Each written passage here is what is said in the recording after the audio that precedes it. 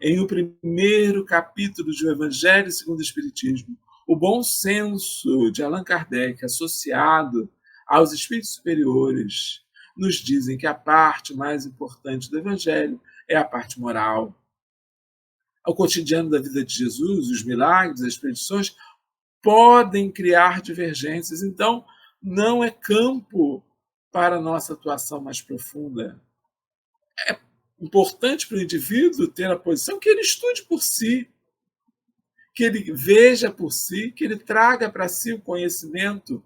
Isso o Espiritismo nos liberta, porque nos dá a possibilidade da fé raciocinada, da individualização do conhecimento, da proposta de nós, cada um, termos a nossa opinião sobre as coisas.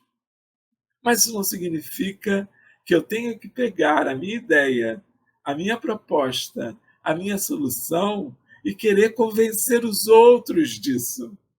E querer levar isso como verdade absoluta. Porque aí por si só perde a razão. Se cada um tem a liberdade de fazer o seu raciocínio, a sua interpretação, nada imposto poderia servir.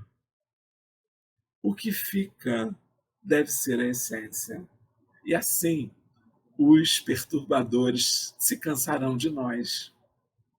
Imagina um perturbador desse indo até nós e vendo um encontro de amor, de fraternidade, de compreensão, onde os espíritas se amem incondicionalmente, onde não haja divergência ou dissensão. Imagina, eles vão desistir, porque não há propósito. Então, para que nós possamos levar o cristianismo à humanidade, para que fiquem os exemplos de convivência e atuação, para que nós possamos entender que sem Jesus a casa espírita não cumpre o seu projeto. Se nós não entendermos isso, nós não conseguimos dar passos libertos, passos sem interferências, passos sem processos obsessivos sutis ou graves. Precisamos de Bezerra ainda na mensagem manter os postulados. Explica-nos que precisamos abrir os braços ao recolhimento das criaturas humanas, porém mantendo os postulados da doutrina invioláveis, sem enxertos de qualquer natureza. Com a desculpa de acolher criaturas em situação com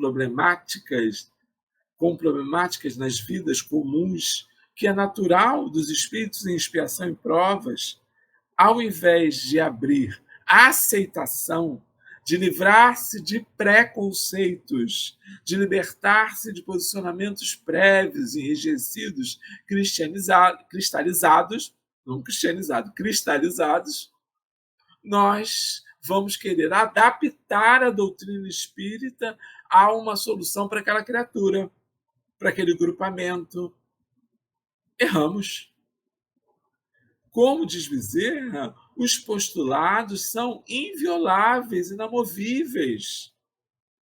O que nós precisamos é dizer para a criatura: você é um irmão nosso, seja bem-vindo, esteja conosco, trabalhe conosco, viva conforme você é. Ninguém colocará sobre você nenhuma pecha, nenhum encargo, nenhum diferencial.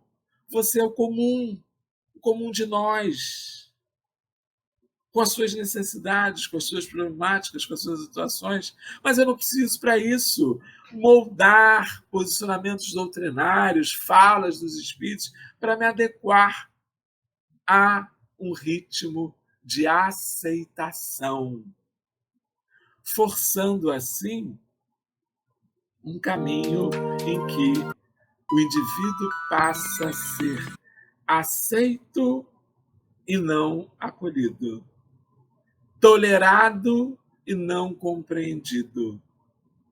Se nós toleramos alguma coisa, é porque aquela coisa é incômoda para nós. Se nós aceitamos alguma coisa, é porque, a nosso ver, aquilo não é correto.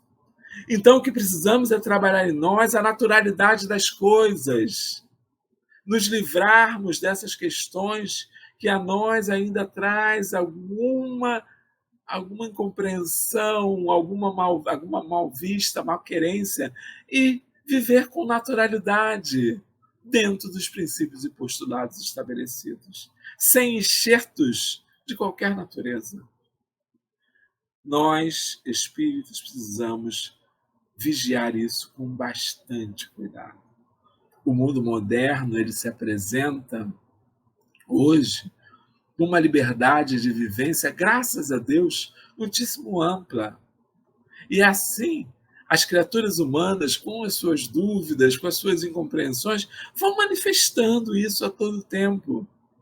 E deixou de ficar escondido para ficar exposto à sociedade.